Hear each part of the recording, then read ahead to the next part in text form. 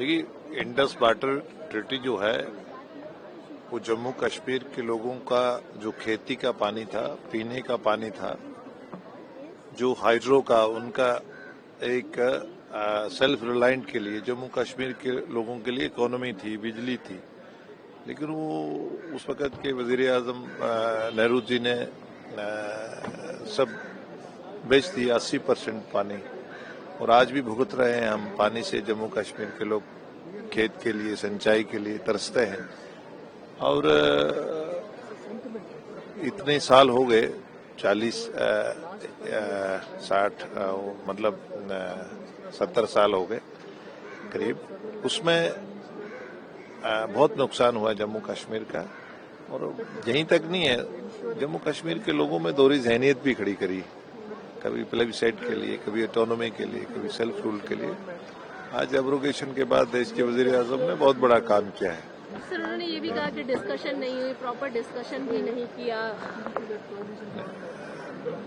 नहीं, कौन सा डिस्कशन? देश के नेशनल इंटरेस्ट, कौन सा डिस्कशन चाहते हैं वो? देश को तोड़ना, कौन सा डिस्कशन?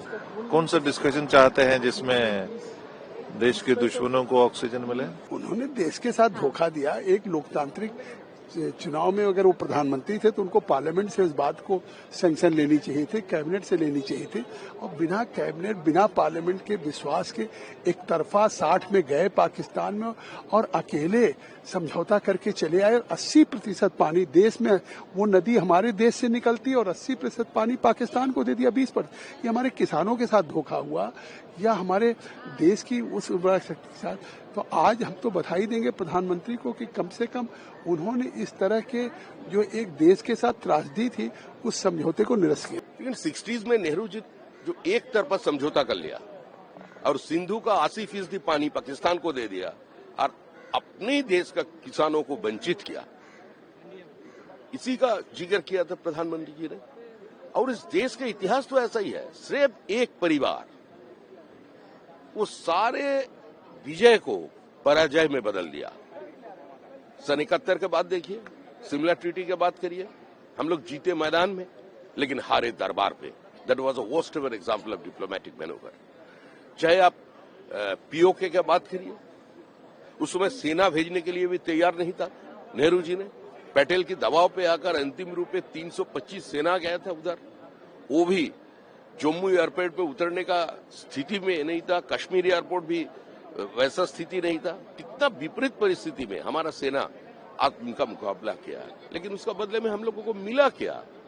पाकिस्तान को तो हमने आधा कर दिया, लेकिन उसका बदले में हम लोग पूरा 80,000 से ज्यादा जब सेना हमारी कैद पे था, उसका बदले में ना तो पीओके मिला, ना सिंधु जो वाटर ट्रीटी था उसको लेकर कोई बात हुआ, सब छोड़ दिया गया है। तो ये परिवार के कारण पूरा भारत आज ऐसा दिन देखना पड़ रहा है देश को। तो इसका चपेट से हम लोगों को निकलने आना चाहिए और इस देश की जनता भी निकल कर आ चुके हैं। लेकिन हम लोग चाहते ये सर्वसम्मति से चुनाव हो जाए। प्रधानमंत्री जी से लेकर के हमारे राजनाथ जी जो इसका दायित्व पे है, वो सारे दलों से मिल रहे हैं। हम लोगों को आशा ही रहेगा जिस सर्वसम्मति क्रम से देश के उपराष्ट्रपति चुने नहीं जाएंगे। कि हम ढूंढ रहे थे सीईसी और मिल गए हमें उनके रूप में। देखो ऐसा है कि कैप्टन अगर अक्खड़ हो और टीम भुलक्कड़ हो तो उसको ये समझ में नहीं आता कि इस पूरे के पूरे मैदान के मैच में उसने कितना जो है वो रन आउट हुई है, कितनी बार नो बॉल किया है, कितना जो है हिट विकेट हुई है। वो जो है वो मैदान में तो जो है वो मार खाएंगे और मोहल्ले में 30 मारखा बन करके घूमेंगे और कहेंगे कि साहब हम तो जो है वो हारे नहीं हैं, हम जीते हैं। और जो है वो जो हार का ठीकरा है वो अपनी जो है वो नाकामियों पर, अपनी जो है वो अनाड़ीपन पर नहीं, बल्कि जो है वो अंपायर पर दिखाने की कोशिश करेंगे कि साहब हम तो जीते हुए थे, अंपायर ने हमको उंगली उठा करके हरा दिया। ये जो एक मानसिकता है और इस तरह का जो है 2014 के बाद से लगातार जो सत्ता लोलुप सुल्तानों का ये सामंती संग्राम है, जो कि जैसे जल बिन मछली होती है उस तरह से इनका जो तड़पन है कि बिना जो है वो सत्ता के जो है वो रुक नहीं पा रहे हैं, रह नहीं पा रहे हैं। वो उसका एक प्रमाण है। और जिस तरह से इन्होंने हाहाकार, हुड़दंग, हंगामा किया और उसका नतीजा हुआ कि इनकी हार की हैट्रिक बन गई। अब इसी तरह के हुड़दंग हंगामा करते रहेंगे तो इनके ये हार के हिस्ट्री सीटर बन जाएंगे, इनकी हार की हिस्ट्री बन जाएगी। क्योंकि आप जो है वो चुनाव की व्यवस्था से लेकर के, संवैधानिक व्यवस्था से लेकर के, संसदीय व्यवस्था से लेकर के, सरकार के से लेकर के राष्ट्रीय अंतर्राष्ट्रीय दुष्प्रचार के आप जो है वो पूरा दौर चलाया आपने। और इस तरह के दुष्प्रचार के दौर को दरकिनार करते हुए देश जो है वो लोकतांत्रिक मूल्यों और मर्यादाओं के साथ आगे बढ़ रहा है। इसलिए जो है आप अपनी जो है वो नाकामियों को छिपाने के लिए दूसरों पर जो है वो अपनी नाकामी का ठीकरा फोड़ना बंद करिए। आपको लगता है कि आप जो है वो फैमिली फोटो फ्रेम में फिक्स जो इनकी यात्रा है, इस फैमिली फोटो फ्रेम में फिक्स यात्रा से कोई बहुत बड़ा जो है वो तीर मारने वाले हैं, तो ये उसके बाद भी चारों खाने चित होने वाले हैं।